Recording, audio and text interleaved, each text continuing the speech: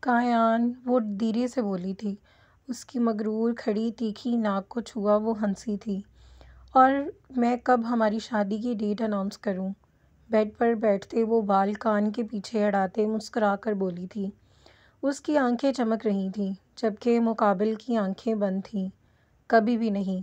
وہ side smile لیے بازو سر کے نیچے رکھتے بولا، جس سے اس کا کسرتی بازو واضح ہوا۔ اس نے اپنی شہد رنگ آنکھیں کھولی۔ کیا مطلب کایان؟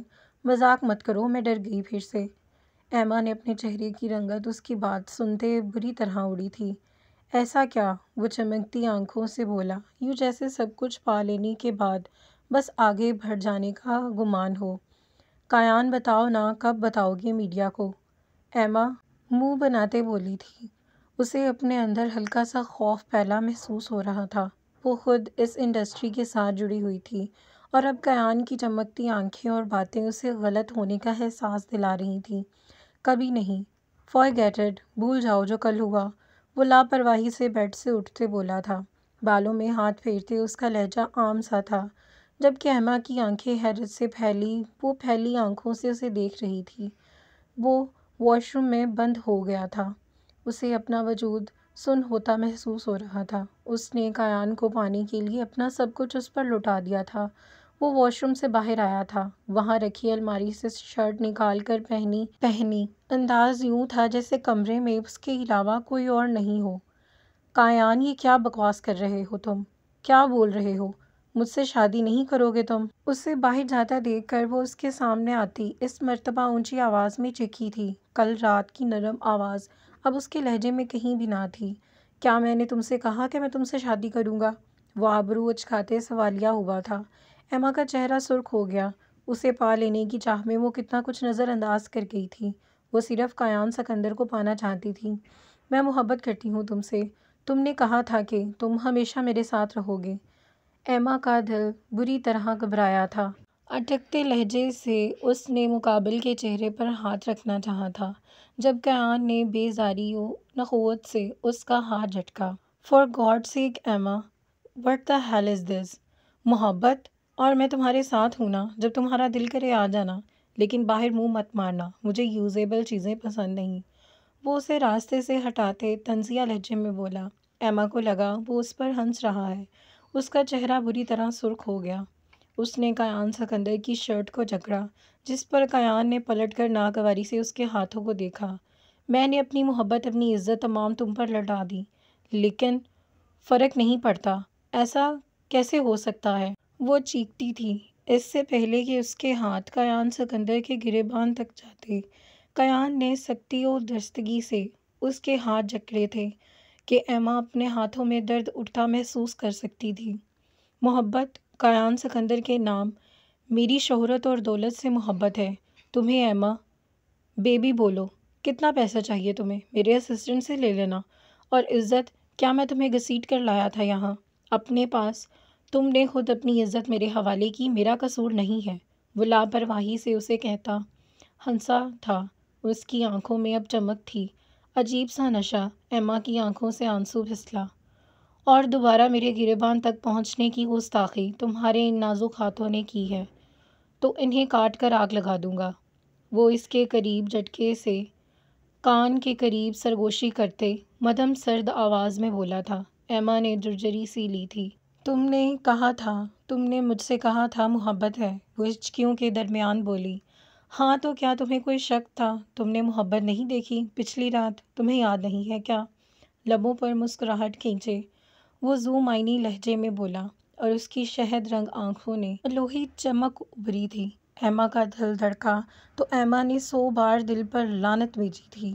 تم محبت نہیں کرتے مجھ سے؟ ایما لب کھینچتے اذیت سے بولی تھی۔ اسے شدید دکھ ہوا تھا۔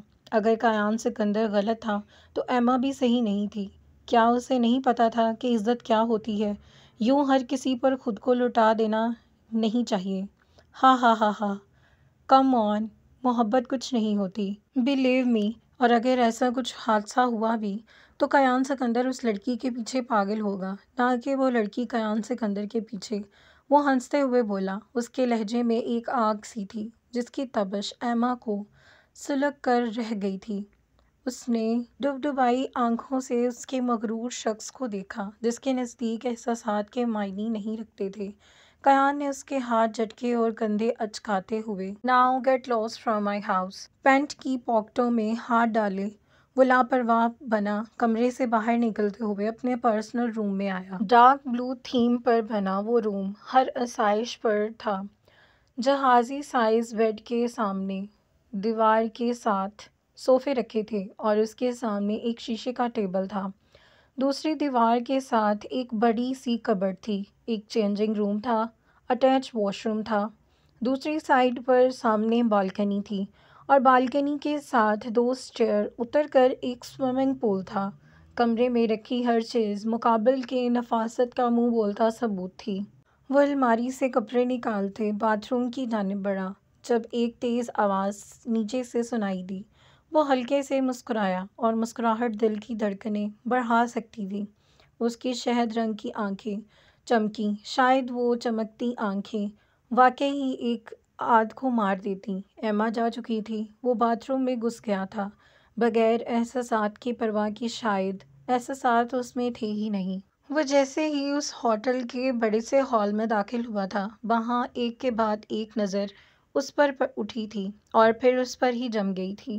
آنکھوں میں اشتیاق تھا تو کئی آنکھوں میں حسد اور کئی میں نفرت۔ اس بے رحم بادشاہ کو نفرت ہی تو پسند تھی جو لوگ اس پر لٹاتے تھے۔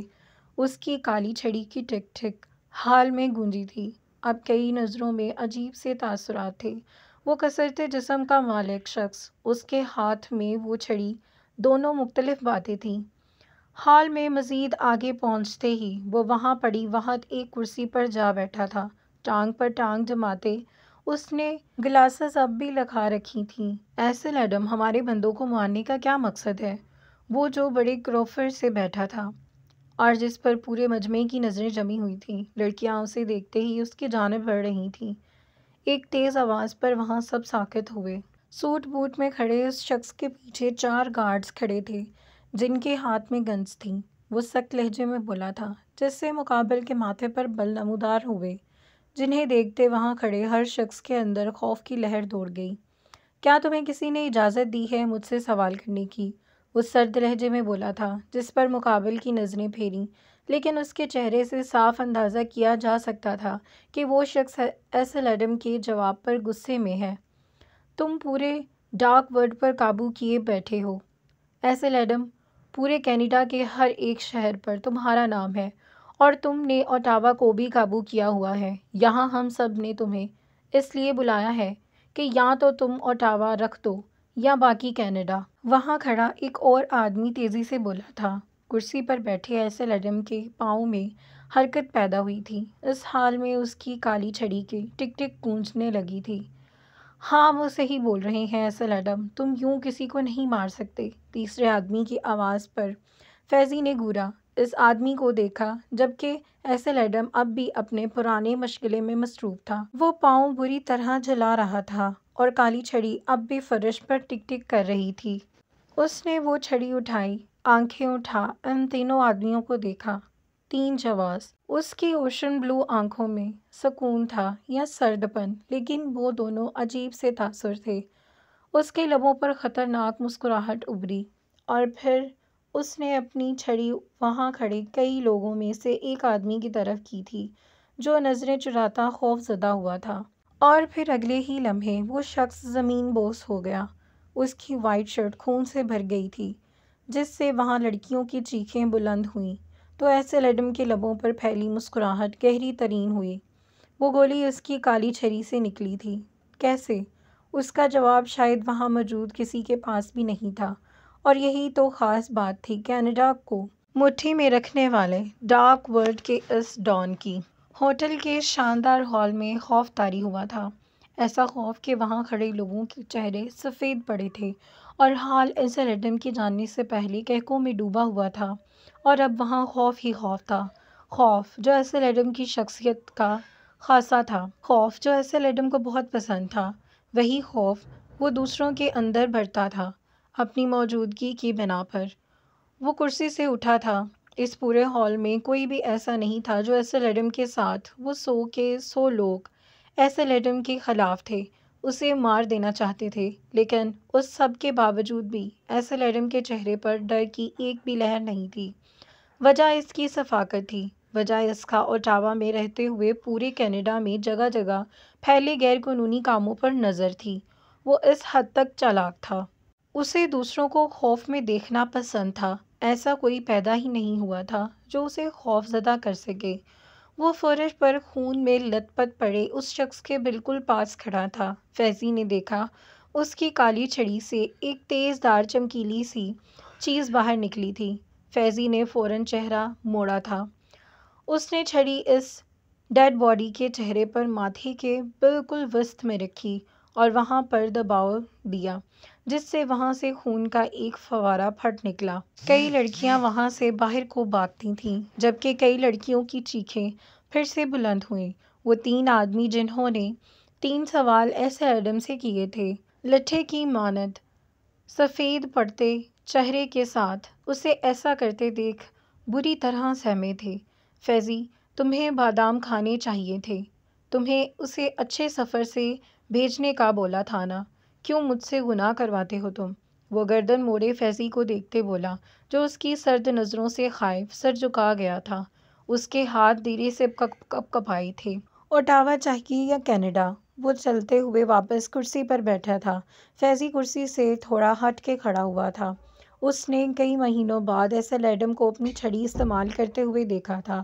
وہ جب بھی اسے ایسا کچھ کرتے دیکھتا تو اس کا دل بند ہونے لگتا تھا۔ ہمیں معاف کر دو ایسل ایڈم۔ وہ تینوں آدمی پھرتی سے خوف سے لڑکھڑاتے آگے بڑھتے اس تک پہنچے والے تھے جب ایسل ایڈم نے اپنی کالی چھڑی اس کے پاؤں میں اٹکائی تھی کہ وہ تینوں اس کے قدموں میں آ کر گرے تھے۔ جتنی اوقات ہو اتنی ہی اوقات میں رہنا چاہیے۔ دانت پیستے اس کے چہرے پر چٹانوں سی سختی تھی۔ شعلہ بار نظروں سے ان تینوں کو ڈالتے وہ وحشت زدہ لہجے میں بولا تھا، کینیڈا کیا اوٹاوا کی زمین کا ایک چھوٹے سے چھوٹا ٹکڑا بھی کوئی ایسل ایڈم سے نہیں چھین سکتا۔ اوٹاوا میرا ہے، اور جو میرا ہے وہ تباہ تو ہو سکتا ہے لیکن رہے گا میرا ہی۔ وہ بڑے کروفر سے طنزیہ لہجے میں بولا۔ اس نے ایک پاؤں اس ایک آدمی کے کندھے پر رکھا تھا۔ گلاسز کے پار چمکتی اوشن بلو آنکھیں عجیب سرد تھیں۔ ڈارک ورلڈ ایسل ایڈم کا ہے، یہاں صرف ایک ہی بادشاہ ہے، وہ ہے ایسل ایڈم۔ اس نے درشتی سے اس شخص کو ٹھوکر مارتے پیچھے کو گرایا جس کے پر پاس زمین پر بیٹھے دونوں شخص خوف زدہ ہو گئے۔ آج سے، بلکہ ابھی سے، ہر بڑی سے بڑی اور چھوٹی سے چھوٹی ڈیلنگ کے لیے میری اجازت درکار ہوگی۔ یہاں کب، کہاں سے کیا چیز کس ملک سے آ رہی ہے، کس ملک جا رہی ہے، ہر غیر قانونی چیز میرے انڈر ہوگی۔ وہ کھڑے ہوتے تیز لہجے میں بولا تھا، جس پر وہاں کھڑے کئی لوگوں نے اسے حیرت سے دیکھا تھا۔ وہ سب اس کی بات کی نفی کرنا چاہتے تھے، لیکن ان میں سے کسی میں بھی اتنی ہمت نہیں تھی جو مہمان نوازی کروانا چاہے اسے کاٹ کر اوٹاوا کی سڑکوں پر پھینک دینا فیضی، تاکہ پورے اوٹاوا کو پتہ چل جائے کہ ایسل ایڈم مہمان نوازی کیا خوب کرتا ہے۔ اس کا لہجہ سرد درندگی لیے ہوئے تھا۔ فیضی نے جھرجھری لی تھی۔ عمر ہو گئی ہے تم سب کی، بیوی بچوں پر دھیان دو، ثواب کماؤ، تھوڑا کینیڈا میرا ہے۔ شکل گم کرو آج سے سب اپنی، ورنہ میری مہمان نوازیوں میں بہت مشہور ہیں۔ کوٹ کی جیب میں ہاتھ ڈالتے اس نے گن نکالتے بغیر کسی کو سمجھانے کا موقع دیے ان 3 آدمیوں کو موت کے گھاٹ اتار دیا، جس سے ہر طرف خوف پھیلا ہوا تھا۔ کھڑے باقی شخص سمجھ گئے تھے کہ ان کا انجام کیا ہوگا، اور اگر وہ کینیڈا کے سفاک درندے سے الجھیں گے تو وہ کس سفر پر نکلیں گے، اس لیے وہ خاموش تھے، ان کے سر جھک گئے تھے۔ وہ دھیرے سے مسکرایا، اب اس کی مسکراہٹ میں چمک تھی، سحر طاری کرتی تھی۔ جو جھکتے نہیں تھے انہیں کاٹ دینا ایسل ایڈم جانتا ہے۔ وہ خطرناک لہجے میں بولا تھا۔ کیا اسے کسی چیز کا خوف نہیں تھا؟ شاید نہیں، تبھی وہ بے خوف ہوتے یوں دن کے اجالے میں 4 لوگوں کو مار چکا تھا۔ فیضی، اس نے پلٹ کر فیضی کو اشارہ کیا تھا، جسے سمجھتے اس نے تیزی سے موبائل نکال کر نمبر ڈائل کیے، اور چند منٹ بعد باہر سے گارڈ آتے ان پر 4 لاشوں کو اٹھا کر لے جا چکے تھے۔ وہ وہاں سے باہر نکلا تھا۔ انداز پرسکون سا تھا۔